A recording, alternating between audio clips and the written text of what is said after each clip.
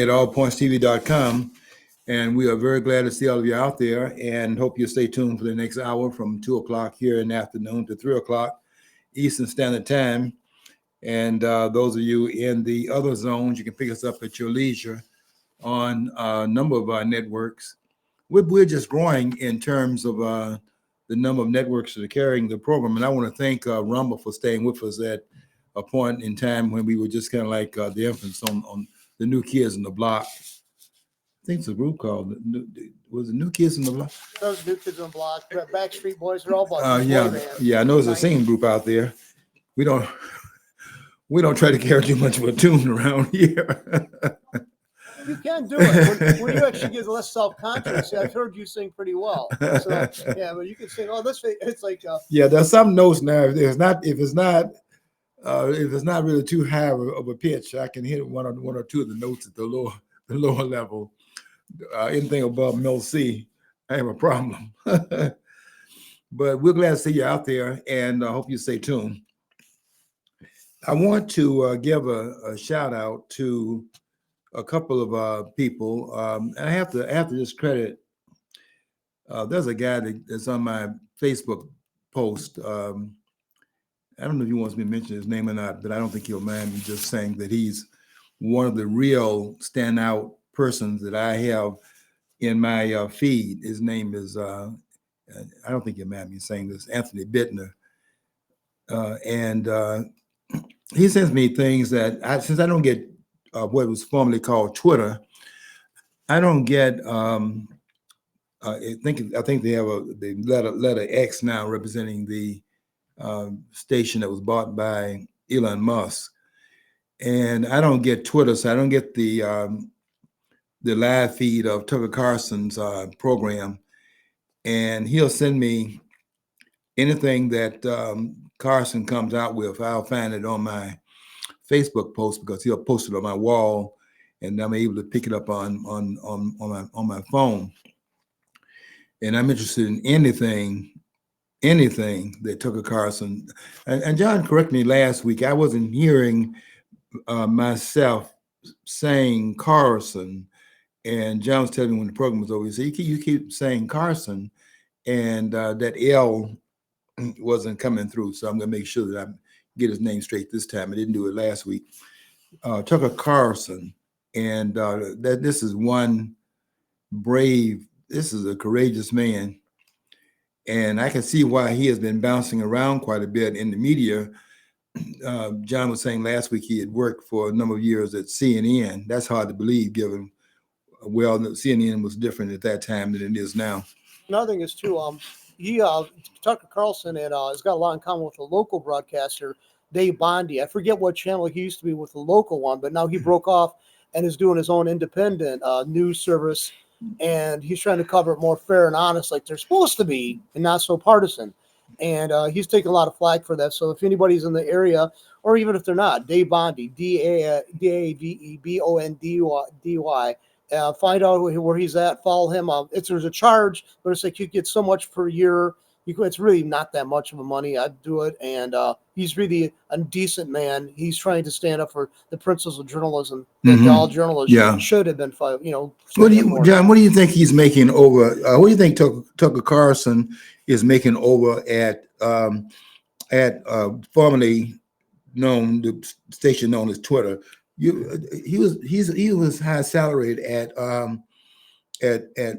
Fox. I think he's definitely taking a pay cut, but I just saw a thing on Facebook or somebody posted he's actually starting his own streaming thing coming up pretty soon. I think it might be already going. His own, I guess he's got his own channel, his own broadcast platform he's going to be using. So I mean that's promising right there. But he's been doing. I don't know if he was getting money. That definitely, I think Twitter does have some kind of like payment stuff going. We make enough money on that ourselves right now for what we do. But he has millions of viewers that pick up his program. He's big now, and I noticed that when he's doing these international interviews, they know him outside the country, particularly in places like Hungary, where he has interviewed Victor Orban, and I have a lot of respect for Victor Herbert. And this man is really a remarkable leader. Might be one of the great leaders, one of the great 2 or 3 leaders in the world right now. I have friends who came over. Their family came over in 1956 from Hungary. My mom was Hungarian, but her family came over early 1900s. And so anyway, it seems like now the Hungarians in this country who came over in 56, fled the communist threat and all that, are so gung-ho to lean towards the left, and which I think is bizarre. I think they're family members who fled the communists. Now, since they passed away, they're so eager to try to allow the left to run their lives, and they're angry at Orbán because he doesn't want to get on board with the EU's PC forcing migration upon them and destruction of their culture. Oh yeah. That's now when you say they are upset with him, you're talking about the EU is upset with and other people around. Yeah, they're upset with him. And the Americanized Hungarians have been here since the 50s.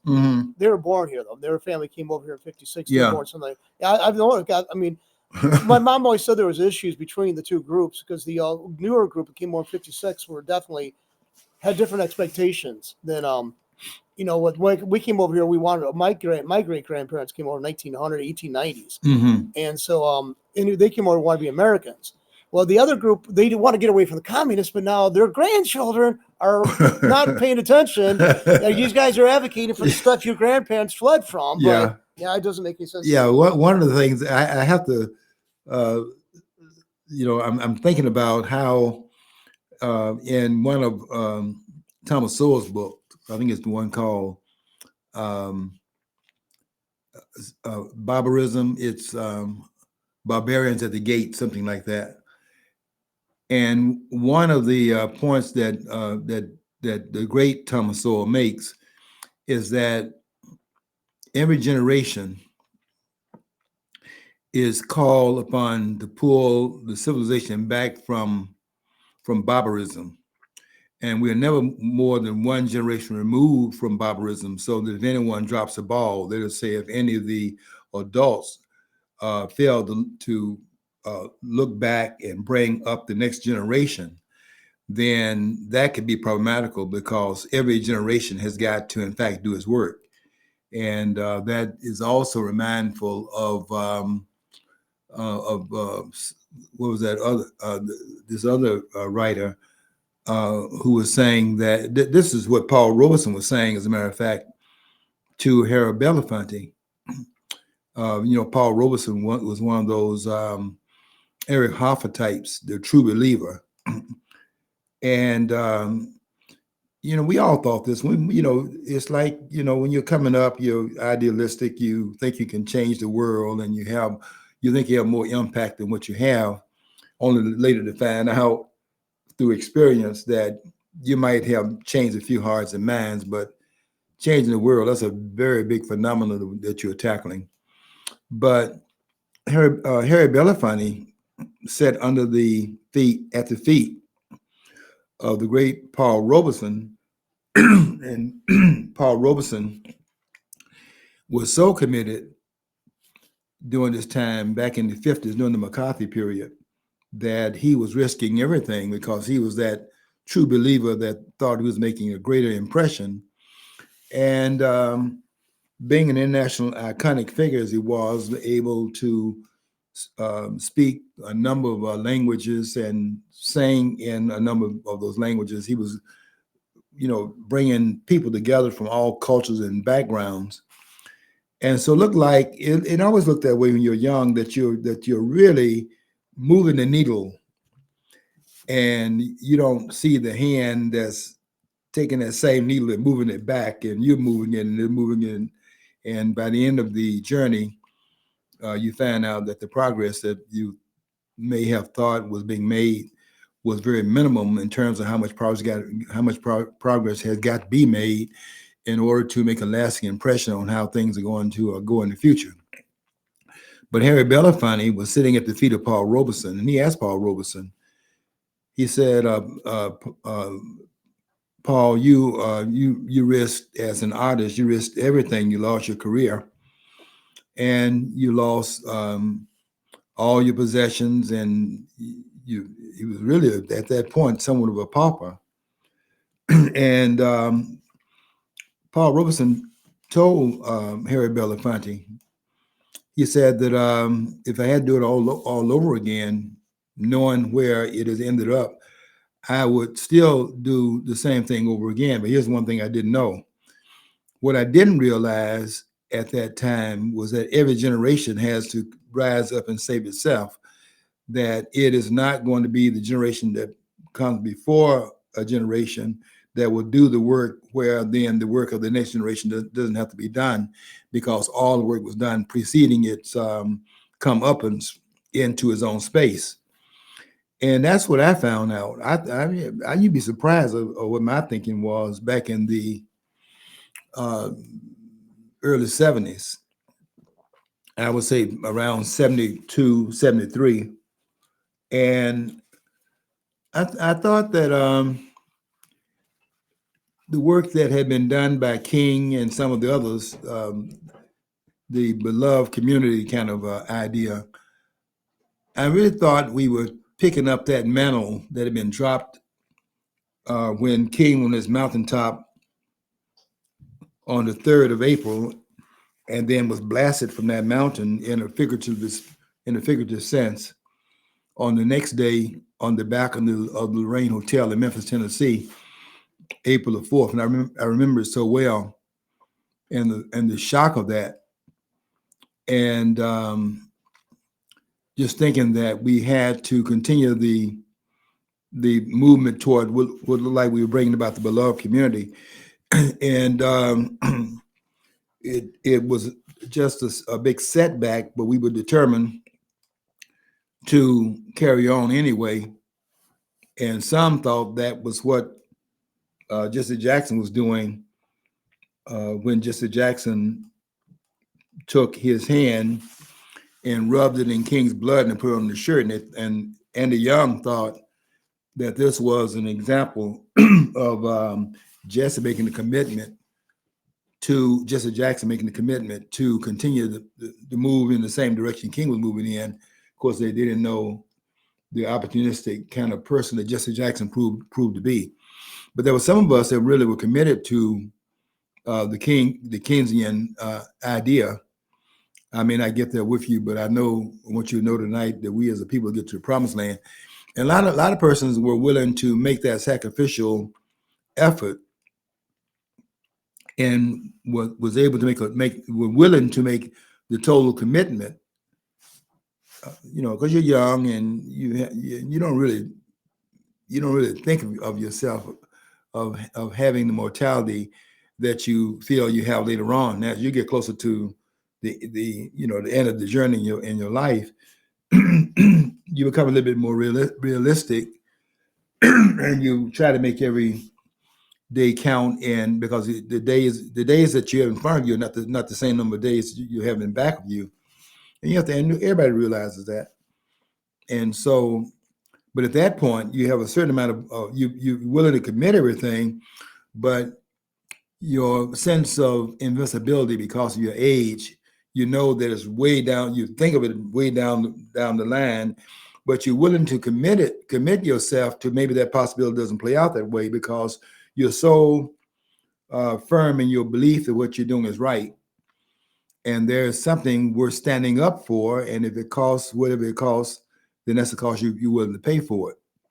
That's a true believer. And I know what Eric Hoff is talking about in this book, because that's exactly how I felt, and so many of us felt during that time. I'm very glad. I said this. I was at a coffee shop last night, and I was telling this one person that I'm very glad, I'm very happy to have lived so many years beyond the point of King, so I could begin to see more clearly how it really played out. King didn't get a chance to see how it played out.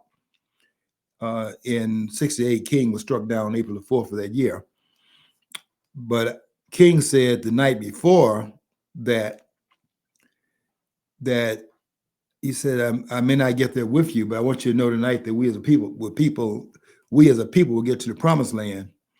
And that's a very sane Dr. Martin Luther King, given the knowables at that time. Now, if King said that today, And this is the point I was making last night at the coffee shop. We were having coffee at one of the places over here on one of the main streets, outside of right outside the city, going toward Grand Blanc.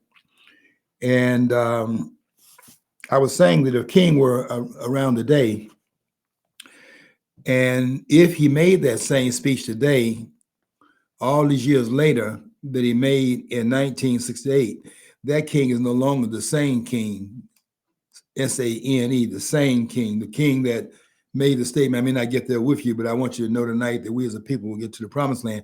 That's the same king in 1968. If King said that today, he would have to be insane or psychotic, because the circumstances are such right now, and the way things are played out, he could not say that and with a straight face, because there is a lot of energy that has now come about, and the needle has been moved in a direction where there's been a certain amount of retrogression. So if he made that comment today, I think he sounded a lot like what Magruder has him sounding like in the Boondocks. You may be aware of the fact that in the Boondocks, Magruder had this series where he had King in a coma all those years, and King woke up and he looked to see this people, as they say, was in a very sad condition. And King, he has King at some point in this little cartoon type of characterization. And has King at the microphone, he's up there saying, brothers and sisters, and they're out there doing the funky chicken, and they don't want to hear it. And King is talking at another cadence that they are not. That cadence has been changed. King talked very slowly, and that cadence today is this rap cadence. And so King's voice will have a hard time resonating now as it did back in that time period. And so King is up there trying to get their attention. They're out there doing the funky chicken, and they're popping their fingers and all of that. And he finally says, will you, and he mentioned that N-word, please, and goes off, shut up. It was the idea of it. And listen. And Magruder has King saying, I may not get there with you. And then he has him saying, I'm going to Canada. That would be the same King today, given the circumstance that plays out right now, because there's so much of the visionary, the vision that people had, and the idealistic view, the true believer idea, there's so much water's passed under the bridge, so to speak, that you don't carry the same idea. I think I can see now. I think was it Church? I think it was Churchill that said that if the person that has a person that is not liberal when they're young, have no heart, and then the person that is not conservative, I guess you have to say the opposite of that, the conservative, when they're older, that person has no head, because you come through a lot of things, and your grounding point would be a lot more. You're more informed, and you learn a lot of things that you didn't realize, and you never will realize it in your youth, because youth is not like that. Youth is inexperienced. It is not aged, so that a lot of things that you learn along the way on the journey toward the ending result, you're not there yet, and you're not gone down that path far enough yet to have enough background to realize how things really are and what impact you're really having. If anybody had told me that I was not changing the world back in the latter 60s, early 70s, I would have said that you must not know what I'm doing in the classroom. I'm not bragging, but we used to have classes where the bell would sound, nobody would move, and it was just something. It was just that there was that moment. But this is not that moment now, and I can understand what Paul Robeson was saying. Every generation must do his own work, and also Derek Bell's book, Voices at the Bottom of the Well, in his other book, And We're Not Saved. Or even my mom's voice. My mom used to tell me all the time. I used to get mad at my mom because I wanted to go out and play football, and my mom wanted me to get in there and wash those dishes. And then after you wash the dishes, go in there and get my homework. And they're out there playing football, and I wanted to go out there and play football with them. My mom had another idea, and I would get mad at her. And my mom was one of those persons set the rules down, and she ran the household with a I wouldn't say an iron fist, but it was not like you can go in there and negotiate and try to talk out of what she had designed, how the house is going to operate. And my mom would tell me, she said, if you think I'm wrong, just live long enough. And as a youth, I'm thinking to myself, well, if I live long enough, what's it got to do with it in terms of the agedness of the issue? I think she's wrong, and I'm going to think she's wrong later on. But I did live long enough, and I found out how appreciative I should have been at that point in time. And it never is going to work that way, where you're in the moment and you can understand everything they're doing at the time, because the experiential levels are different. And my mom was speaking from one level of experience, and I was hearing her from another level, and I couldn't understand a lot of the things she was saying. I did grow up into it and finally caught up with it by that time. By the time you catch up with your parents are gone.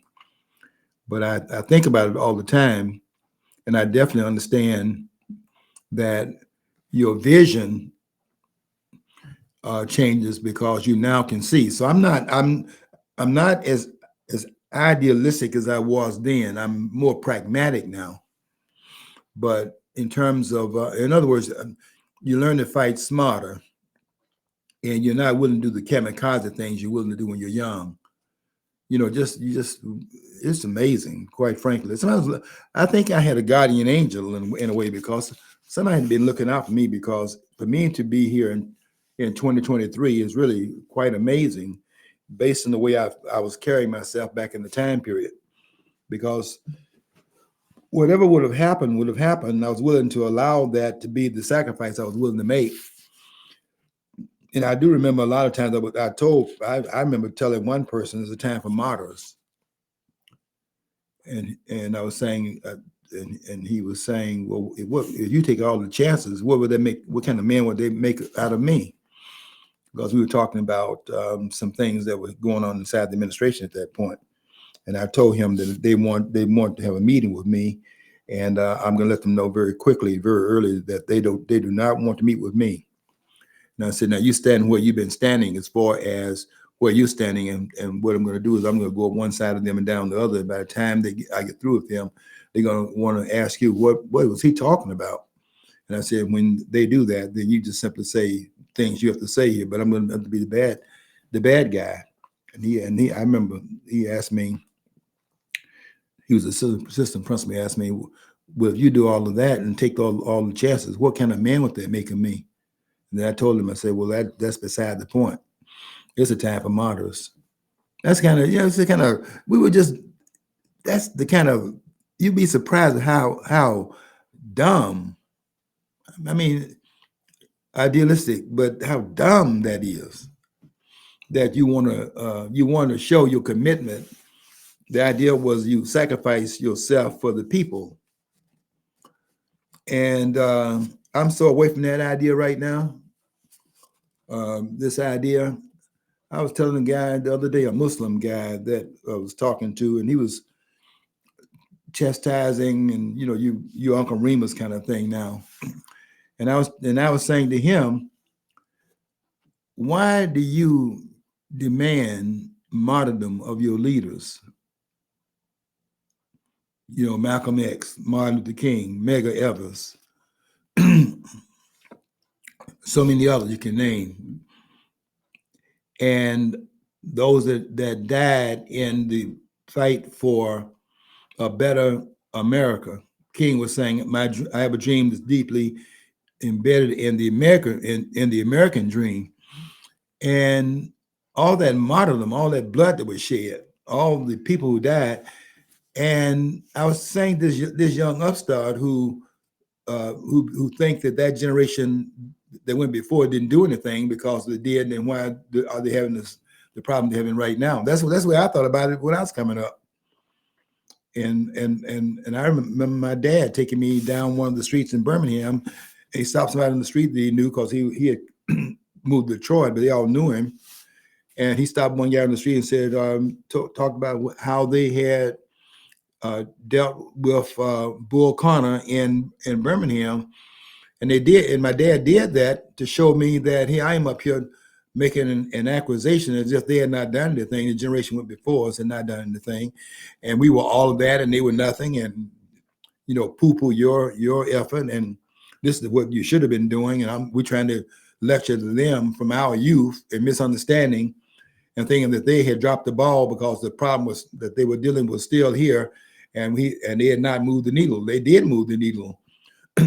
But the needle is moved back if you do not raise up the next generation. That needle is back where it was before you even got off the blocks. Our this current generation's gone so far through I don't even know what direction this is going with all this trans stuff and crybaby-ish. People melt down when they get anybody says anything somewhat critical of what they're doing. I mean, I really doubt this. If we infect the rest of the world with this mentality from the West, the world has no hope. I mean, I'm serious. Wow, John, I never. You could not have told me, not in the time period, not when I was in that moment. You could not have told me that we would have a person that is vying to be on the Supreme Court who's asked a question that was very nebulous and not a trick question. The difference between a man and a woman, everybody knows. You've been in the locker room, and you know that the other locker room doesn't have the people in that locker room that you have in yours. And in the gym class, you have the women on that end down there, and the boys on this end, and you got the gym in half, and you're not down there. They're down there, and you down here. That's where the guys were, and the bathrooms were, boys, and you knew which one, and said girls, and you didn't have anybody in there that was trying to figure it out. Anybody had told me that you would have a person that is vying on the Supreme Court as the Tanji Jackson Brown,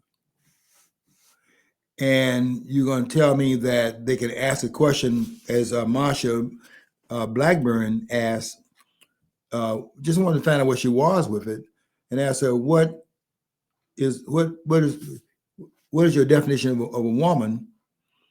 And here's this woman. She's married, got children, married to a man, has children, and she could not tell her what a woman was. In my day and time, if you could not do that, that's disqualifying. But it's not disqualifying now. And you could not have told me back in that time period when it would have been disqualifying that we would come to this critical crossroad where we are now more confused than ever before in this country's history. We are very confused in this country right now. And this place where we are, it's going to take a Glenn Beck and others are saying this. It's going to take a miracle. It's going to take almost like a divine intervention to come out of this one, because there's so much that should not be a point of confusion that is confusing. And when you got persons that are talking about all these different alphabets to define what is really binary, I mean, marriage between a man and a woman, you can't say that anymore. And you're not against anybody having whatever relationships they want to have, but there's a 2,000-year definition of marriage, and this idea that now it can be changed at the drop of a hat, because some persons are now saying that they can't tell between a man and a woman, and therefore you have this marriage can be all these other things as well. That creates a problem. The people who are trying to left typically are trying to always say they try to use an historian perspective, saying that homosexuality accepted amongst the Greeks and the Romans. Well, actually, if there's a guy who does a show on, he does a YouTube channel called Leather Apron, so the Leather Apron, and he says actually, if you want to look at the way they would skewer somebody in like satire, they'd call him refer to that person as a bugger of boys, which means they might accept it on one level, but there's still expectations of producing a family for the empires. Greeks had an empire as well as the Romans. The Romans had more pronounced empire, but anyway, well, actually, they both had empires, actually. So anyway, but they expected a strong state, and you have to produce offspring to do that. So I mean, they can't say definitively it was solely accepted, and there was no like marker against it or something like that. It was held with some deal of contempt even then. So they tried to make it so wholesalely accepted. It really wasn't. So I mean, they go in, they try to bring that like, well, we've lost that because of the Christians were bigots. Well, the pagans also they didn't really embrace that either. I mean, they try to make it seem like every Roman soldier, every Greek soldier, every Greek person, male was a queer, and they weren't. They were. Right. It doesn't flesh, because you look at the numbers and they perpetuate the species long enough to actually maintain the Roman Empire, especially. How many hundreds of years? John, that is so true. You could go read Herodotus. Herodotus is called the father of history, and really be more accurate to say the Greek father of history. And you can go read Herodotus. Herodotus put 9 books out, and in book 1, chapter 135 of that book, you'll see where Herodotus was talking about that issue, and what he was talking about was the pigeonholing of that segment of the population that was the Greek fraternity and sorority type of thing, where these were units of society that were peculiar to that smaller segment of the society. And you see where Herodotus says, and I'm talking about, and I can give you the chapter there, because I'm pretty much aware of what Herodotus wrote. And in the book 1, chapter 135 of that book, you'll see where he's talking about pederasty. He says that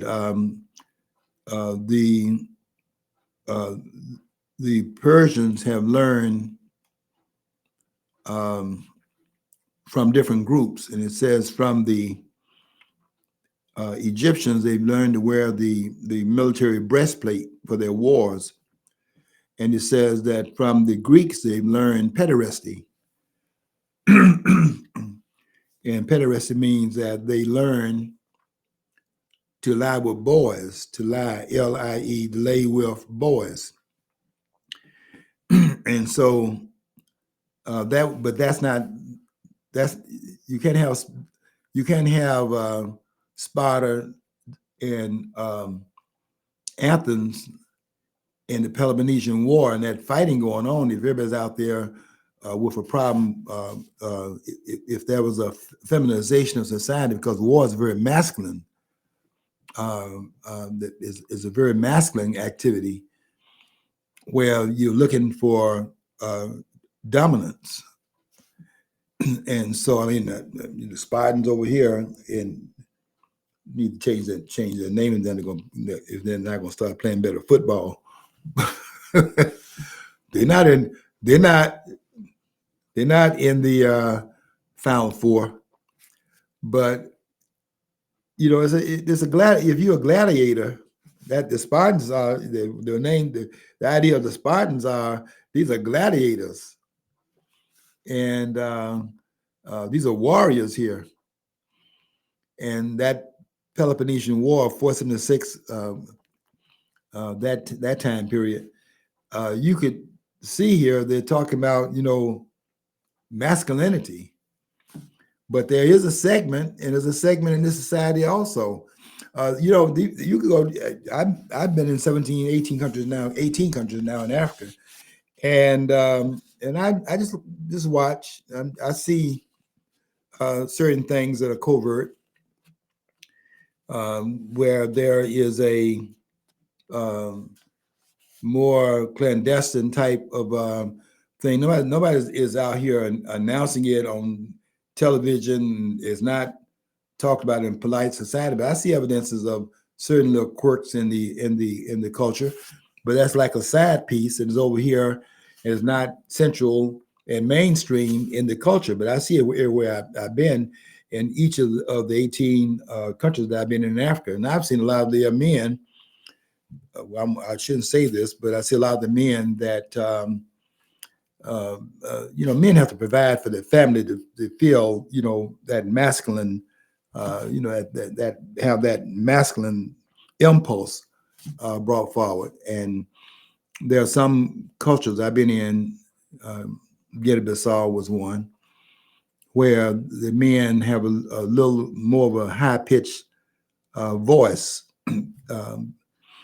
And I hear that, and I see it as the fact that it comes out of this is my analysis now. It comes out of women playing a more dominant role, and the men are a little bit more high pitched in their speech patterns, and I've seen that in a couple of countries. Not so much in, I would say, in Senegal, or not in, certainly not in Dakar. I'm trying to think about how was it in when I was in South Africa. There's some country you can tell there's a little something going on in terms of the male-female dynamic in some of the countries, not so much in some of the others. In Gambia, I've been in Gambia again, probably my last time on the continent of Africa this coming May. And I'll be in a couple of countries, probably would be mostly in Gambia, and the Gambia, as they call it. And it's very interesting to look at that dynamic. But I do understand what Herodotus is describing. He's not talking about the general society when he's talking about the pederasty. He's talking about, he's pigeonholing it to, when we say the Greeks, he says the Greeks, but he's really talking about a certain segment of the Greek population, because that is the basis of the fraternities in Greece and the sororities in Greece, where there was some of that on the sideline inside of these little enclaves of power or association. Let's put it that way, not so much power, but association in these little cubby holes of where persons are falling on each other in relationships that they've established, because there's dominance and when you pledge, and there's dominance in terms of the person over the pledges and those that are the ones that they're trying to get to where they are, and there are certain demands and things like that made by different levels of power. You can see that in Hollywood, the same thing in terms of the casting couch and things like that. That some of the person we're talking about until they threw Weinstein in jail and things like that. But anyway, the point I'm trying to make is that you have a lot of things that are happening right now that you couldn't even imagine it. And, it just didn't go on. In my neighborhood, they had Shirley Giles. She's not here now, so I can mention her name. Shirley Giles, well, we consider her to be one of us, one of the boys. We played marbles, and there's Shirley out there. She's out there with her little marbles, and she's shooting marbles. Guys would sometimes jerk. When you turn your back, they go and jerk the marbles and put them in their pocket, and she would tell them, you jerk those marbles up and get my marbles out of that ring, to be calling you lefty. And nobody messed with Shirley. Shirley Giles was just like one of the boys. And when we were up there in the treehouse, Shirley's up there, up there in that treehouse. We call them tomboys. That's as far as we went. They weren't. I don't know. I didn't get any idea they were doing anything privately. It's just like they were just. Some girls are more masculine than some of the. They're masculine more than they're feminine, and you don't tend to have the boyfriends around them. They have around some of the girls that are more feminine, but I didn't. You never thought about them necessarily falling on each other in the privacy. No matter, I didn't see her around there kissing any girls, and I could not have imagined that to happen as it's happening right now at that point in time, because that's something that's been very. This is something very this deviant. This is deviant behavior here to me, and I'm not down with a lot of these things that are being accepted now as mainstream, because I don't think you can move a culture in the direction and expect anything to come out of it, and in the end that's going to be good for the country. This road we're going down right now is setting this country up for a lot of problems, and we've got to get a handle on a lot of things that we're doing right now that are very, very new, very different, to be shocking to our parents and certainly to our grandparents. Let me say this, and I'm gonna get back to. I got to get to my subject today, but let me say this. I think you need to go watch a couple of movies that would be something that sets a grounding point of how things were viewed in the past. And one of the films that I think is a major film is this great film starring the great actor, the pioneer Sidney Poitier. And the film that he made, they put it on Broadway first. It was a Broadway production by Lorraine Hansberry. Hansberry is the niece of the great William Leo Hansberry, who was the professor at Howard University. That was the one that took on some of the European scholars and was writing. He was like one of the person along with the person that Negro Carter G. Woodson. They were fighting for the space to get the history on board and recognized, and they were fighting to push the needle forward in their lifetime the way they were fighting. And Carter G. Woodson, who came out of Harvard University in 1912, and John Hope Franklin came out 5 years later in 1917. Du Bois had come out of there too in 1895, and so they're coming out pushing the needle. We've always had that. And anyway, William Leo Hansberry's niece, Lorraine Hansberry, wrote the play called "A Raisin in the Sun." She got that from Langston Hughes. What happens to a raisin in the sun? Does it dry up like a sore and then run? And she took that and turned it into a play. She wrote a play around the idea of what happens to Langston Hughes, what happens to a dream deferred? Does it drive like a raisin in the sun? And she put that on Broadway in 1959, and it was such a impactful piece that it was made into a movie. It's Portier's, to me, it's Portier's best role, although he got an Academy Award for Lilies of the Field. I think that was his best role. It's not acknowledged as such, but that film has a lot of old school and new school. And old school is the matriarch of that family, the mom, Portier's mother, played by Claudia McNeil. And they got this, I forget her name now. She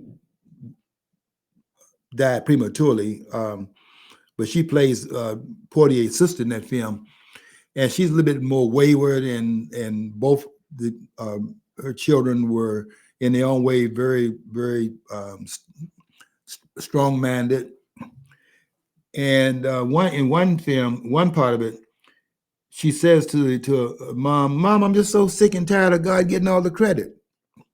And you say God, blah, blah, blah.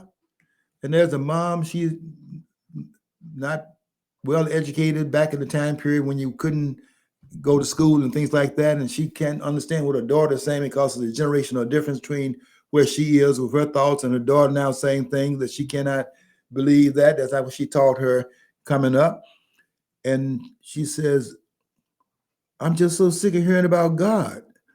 And the mom gets up out of the chair.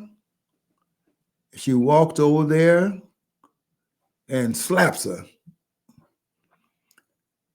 She says, say this, in my mother's house, there is God. And the daughter says, in my mom's house, there's still God. And she says, she walks away and said, there are certain things we're not going to have here. Well, you see the generational difference here. And that's kind of like there are a couple of films that you need to watch to see the way it played out in terms of generational differences back in that time period. You're going to always have generational differences. But this generational difference now, where we have gone to a much wider gulf between the generation that precedes and the one that came after it, this is something very different here. And we have better look at this very carefully, because this is a path, this is a new path we're going down. And this one puts a breach much wider between the generation that went before and the ones coming after. That breach is much more vast than the ones we came through, where there were some things we did that our parents, I mean, it was like in my time period, quite frankly, you know, my mom wanted to listen to Perry Como and Williams, what was Williams, the singer? And we wanted to listen to Elvis. We wanted to see Elvis up there with that guitar, and that was our guy. And but it was not, you know, they couldn't understand. They couldn't understand. They couldn't understand Elvis. I remember Steve Allen had Elvis. He's gonna sing, you ain't nothing but a hound dog. And Elvis, they were gonna mock rock and roll, and so they're gonna have Elvis singing to a basset hound that had in a basket, and they had Elvis, who after he did that, he said later on he'd never do that again, in terms because he saw the denigration of, they were trying to denigrate the music that he was bringing in. This is a whole different genre. It's different between the two generations in terms of the music. And he had, you ain't nothing but a hound dog, another dog in the basket, that's ever singing to it. It was a mockery. But my mom was in Perry Como and those singers, and we coming up in the latter part of the 50s, and we're down with Elvis. Anyway, the point is that generational differences are going to always exist. Now, when I came to the studio to talk about, believe it or not, something totally different.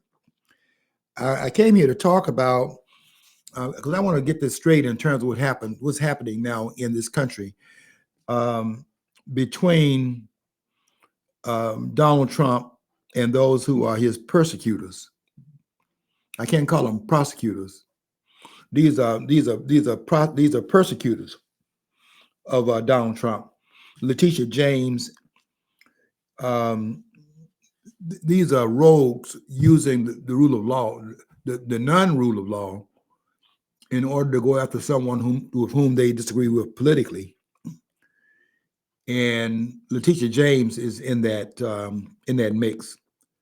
So is Jack Smith. These are criminals that are hiding behind the rule of law, the non-rule of law, because these are not. This is not the rule of law. This is the abrogation of the rule of law.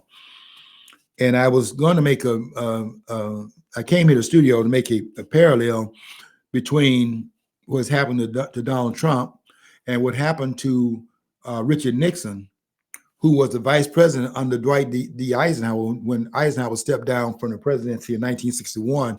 3 days before he stepped down, he spoke on national television on the 17th of January, and he was that's a speech in which he told the people that there was a development taking place in the culture that was that needed to be watched because it could be a problem if it was not in fact arrested or watched or managed.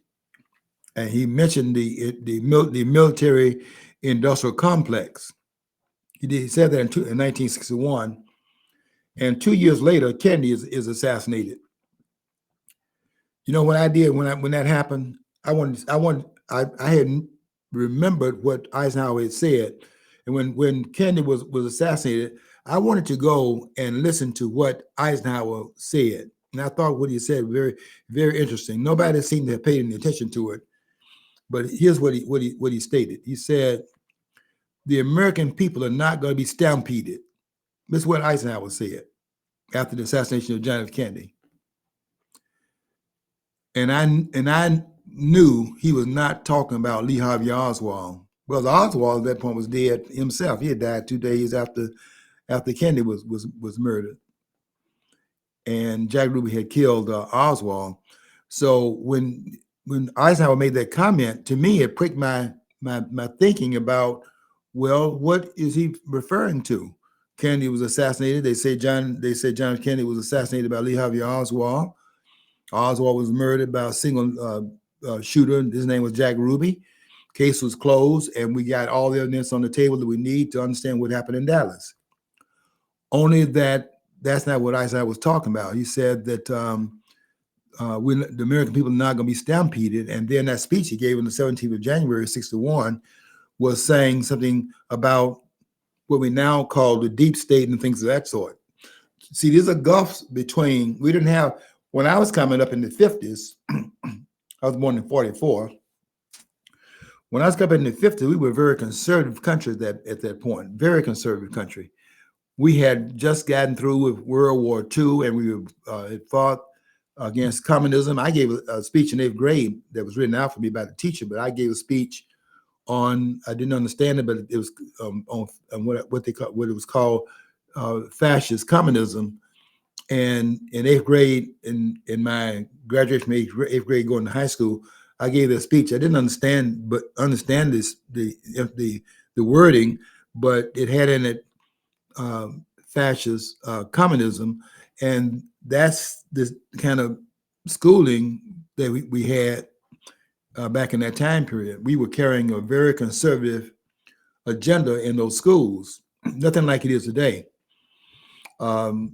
Today, going to these universities, like what Dennis Prager said today on his radio show, is like Russian roulette, with more bullets in the chambers than you would have, where you spin it around and one bullet, and you got 5 different chambers don't have bullets in it, and you got 1 in 6 chance of getting shot.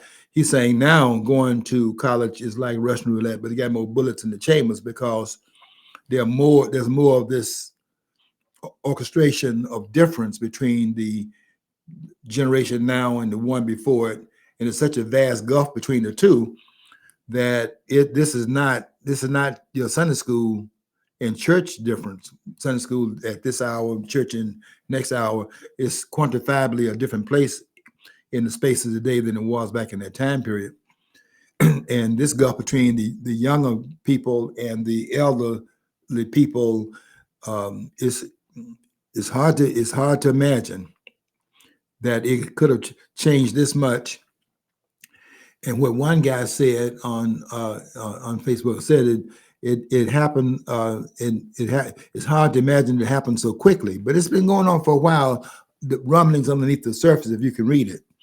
So when I look at what's happening to Donald Trump, I have to tell you that I'm looking at it in the context of some things that were happening back in the day, and this is what was going on with Watergate, and this is what Russ Baker is saying in his book called Family of Secrets.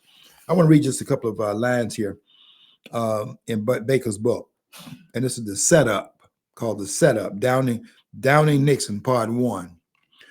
And it's the chapter 10, called the setup.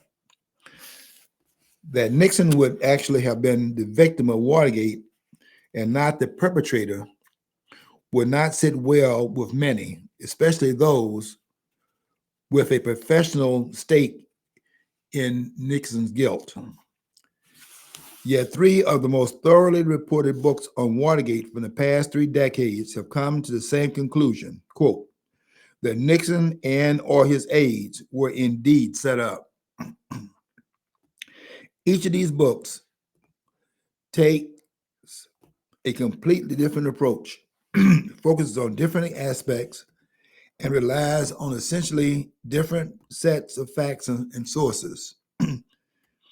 These are 1984's Secret Agenda by former Harper Magazine Washington editor Jim Hougan, 1991's Silent Coup by Lynn Coloni and Robert Gitlin, and 2008's The Strong Man by James Rosen, who's now with Newsmax. Rosen's The Strong Man, his book called John Mitchell and the Secrets of Watergate, is a biography of Nixon's close friend, Attorney General and campaign chief, the highest ranking official ever to be sentenced to prison. The book, on which Rosen labored for 17 years, is based on sources not previously interviewed, and also on unprecedented access to documents generated by the Senate Watergate Committee and Watergate special prosecutors. Rosen asserts that the Watergate operation was authorized behind Mitchell's back by his subordinate Jeb Magruder and John Dean, and was deliberately sabotaged in its execution by listen very carefully, was deliberately sabotaged in its execution by burglar and former CIA officer James McCord. Now, when you go and read this book, or these 2 chapters of this book, one called The Setup and the next chapter called The Execution, pay strict attention to James McCord, because James McCord is the person of those 5 persons arrested in Watergate, in the Watergate building. James McCord deliberately set the other 4 members up in that group, and he deliberately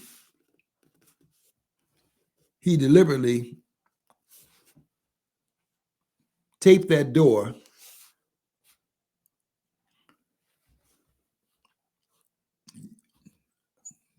I've looked at this case very carefully. He deliberately taped that door so as to catch those persons inside of that building.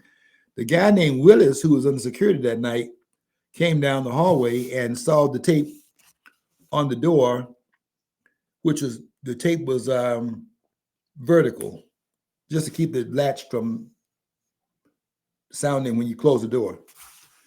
He came down and thought maybe somebody left it on there during the daytime, so he took the tape off and kept on his route to go throughout the building. But when he came back down the hallway, that tape was not only back on the door, but no longer was it vertical; it was now horizontal. They would say it was put across the door in a horizontal way, so that anybody coming down the hallway, even if the door was closed, you could see the tape on the door. McCord did that. And if you read Baker's book very carefully, you see him pointing to the same thing that I'm pointing to, and what I began to see in 1978. Really, this was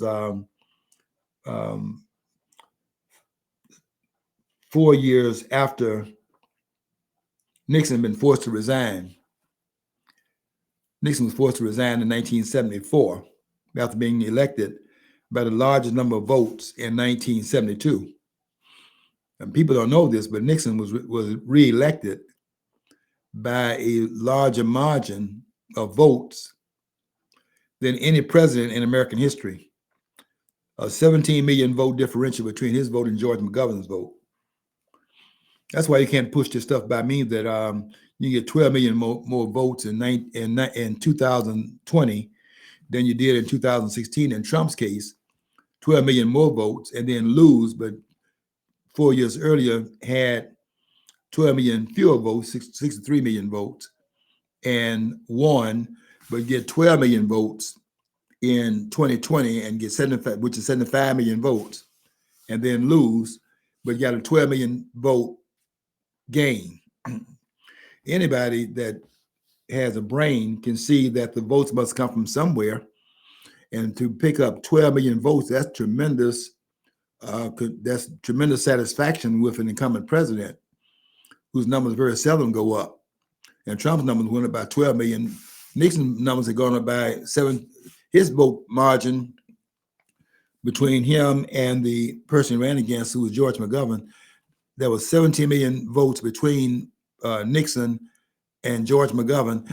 And Nixon carried every state except Massachusetts. Massachusetts had 14 electoral votes. He also McGovern carried the District of Columbia. That's 3 electoral votes. There's 17 right there. And then they had one elector who was what you call a faithless voter, that he decided not to vote the way his state had voted, and he voted for an independent. So there's 17 votes that McGovern had, electoral votes. There's 1 vote that was cast for an independent. So 18 votes for someone other than Nixon, but Nixon got 520 electoral votes in 1972.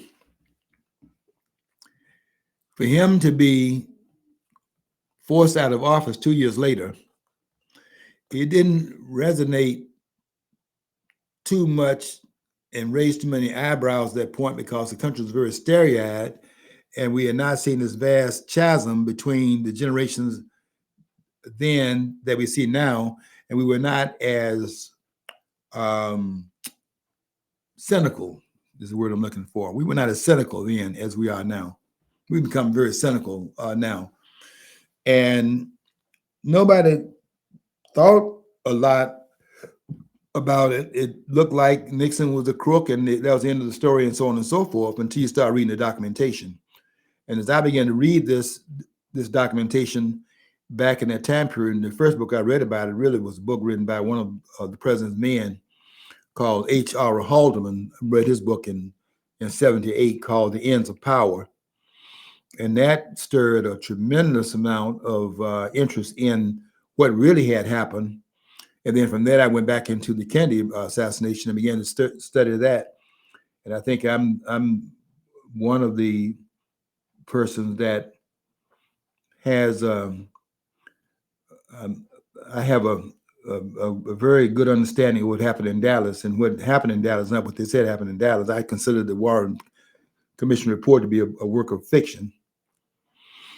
But that's see, I'm coming out of something as a scholar. I'm coming out of some understandings, and I'm looking at this chasm between my generation and the one that went before it, and that gap is widening, not as much as it's done today, but you begin to see it widen a lot more between one generation and another, and we are now moving into a whole different zone of understanding.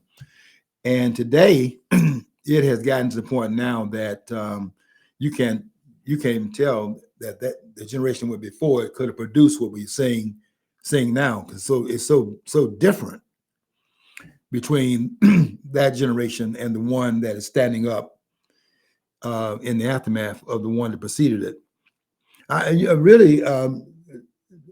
Thomas Sowell, looking at Thomas Sowell's generation, he talked about being in Harlem, going out there, it's too hot in those apartments, and you up there on the sixth floor and there's no air conditioning.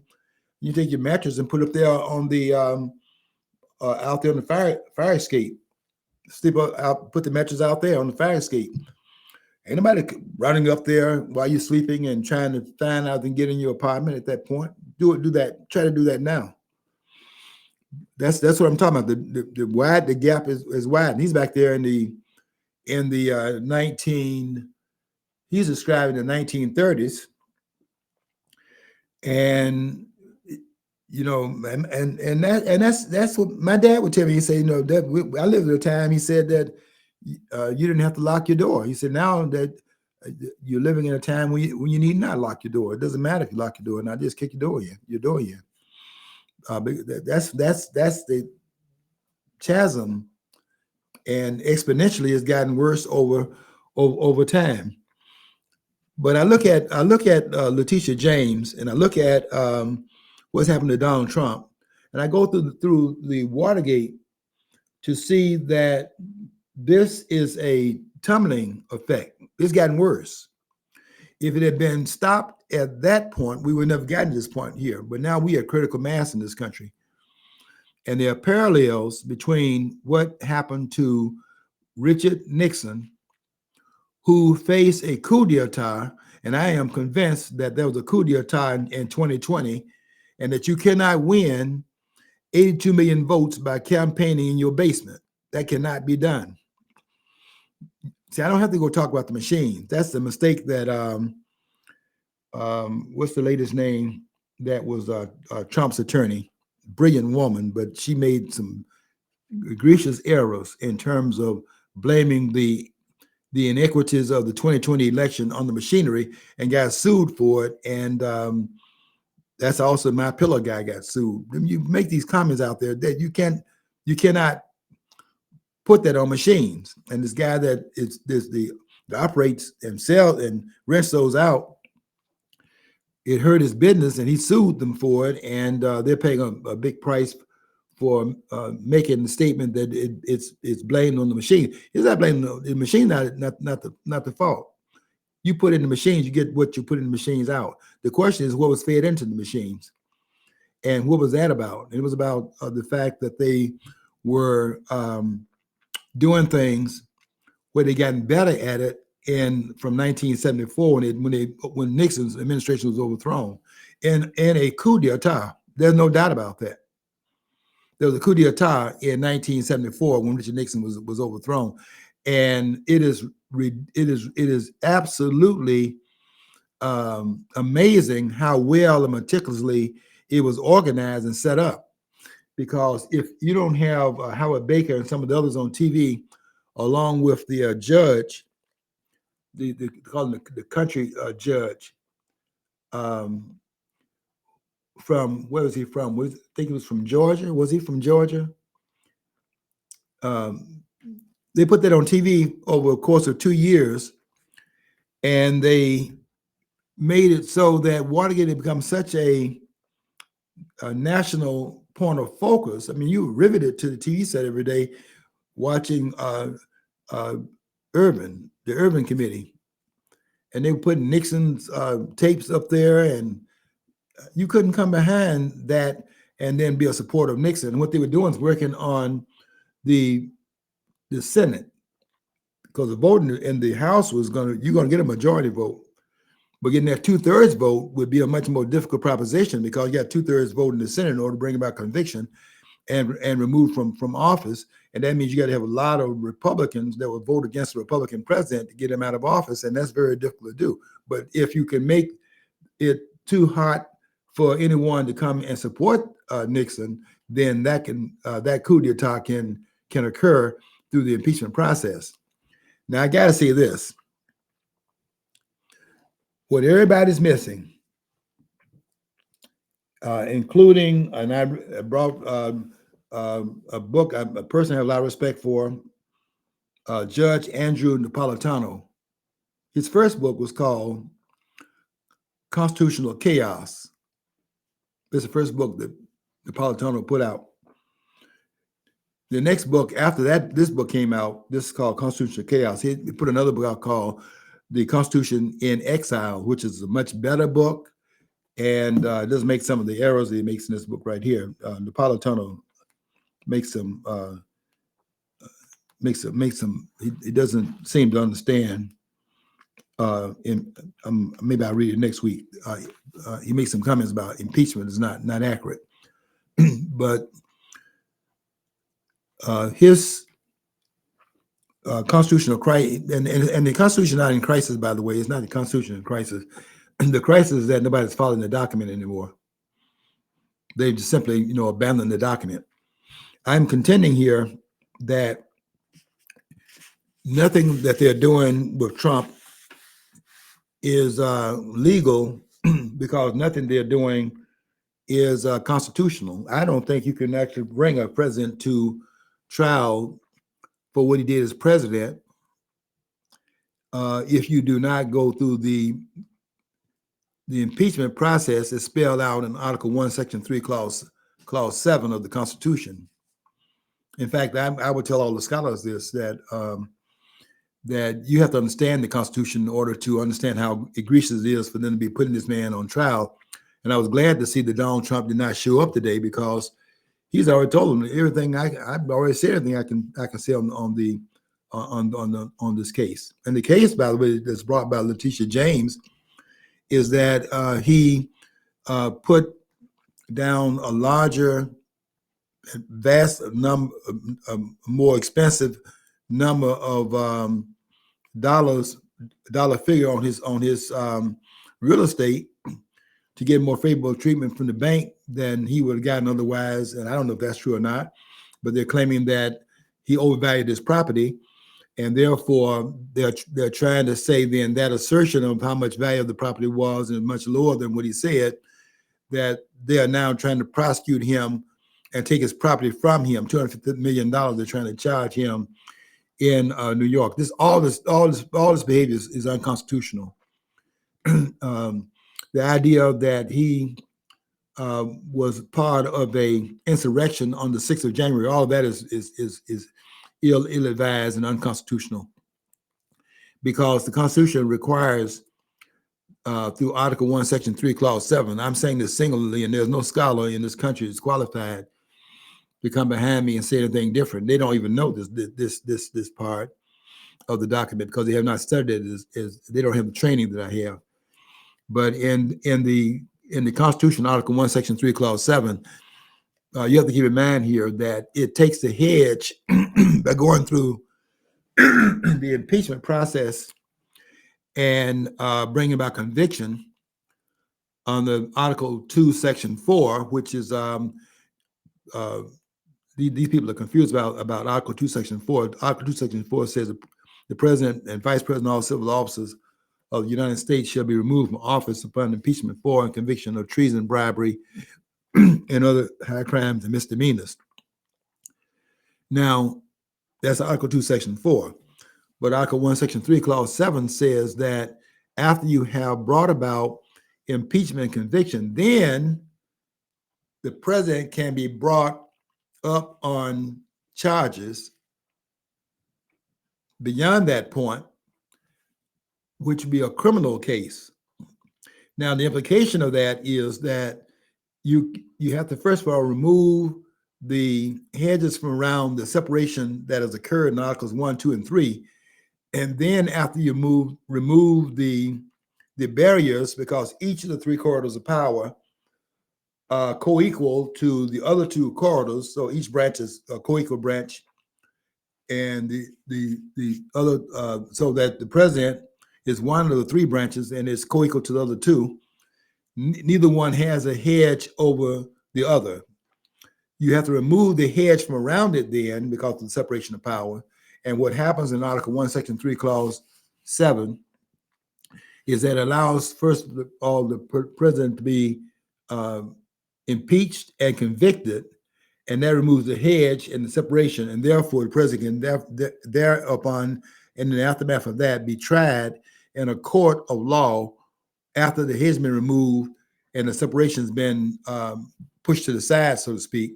You can then come and bring charges against the convicted president, because once you convict the president based upon treason, bribery, other high crimes and misdemeanors, then you're not talking about the president at this point because the president been convicted. And now you can bring about criminal charges. My contention is this: no scholar's going to come behind me and say anything different. If they do say something different, then this is going to be a constitutional bloodbath because they cannot sustain their argument. After you carried out the Article 1, Section 3, Clause 7 provision, and you have gotten conviction, then you can go and then put the non-president after me, because he's going to be removed at that point. You put him on trial. He's no longer in office at this point, been removed through the impeachment process, and then you can put the president on trial for having acted inappropriately based upon the fact that the impeachment process found that he was in fact guilty and has been convicted by the Senate, charged in the House and convicted in the Senate for having violated the terms of his office based upon impeachment. But if you don't impeach the president and then convict the president, that head is not removed. I'm saying that, and I'm trying to tell the scholars that they should be saying something about what's happening right now, because if we don't stop this, what's happening right now, can you imagine how it will be later on then? You see, we got these chasms that are going on where every generation doesn't stop and do its work. The chasm gets wider. And what I fear is that if this can happen, then all bets are off in terms of any protocols being followed by the Constitution in the future, because they got away with so much at this point in time. John, we're running out of time. Okay, so I didn't see you hold the sign up. Okay. So, we're almost at an hour and 20 minutes right now. Oh, are we over by 20 minutes? No, so it was an hour and 17 minutes right now. Oh, okay. I didn't see you holding the sign up, so I didn't know. Okay, well, we have to wrap this up then. This is not something new here. We got to stop some things here right in the infancy. If we don't do that, then we're going to run into a lot of problems, because it's bad now. But if we're going to have any kind of a constitution in the future, we got to stop this abandonment of the document that's the law of the land intended by the framers. Okay, I got to get out of here. Run over time as always, but I want you to pay attention to what's going on. Until next week, we want you to follow your dream. If you don't follow your dream, you'll never know what's on the other side of the rainbow.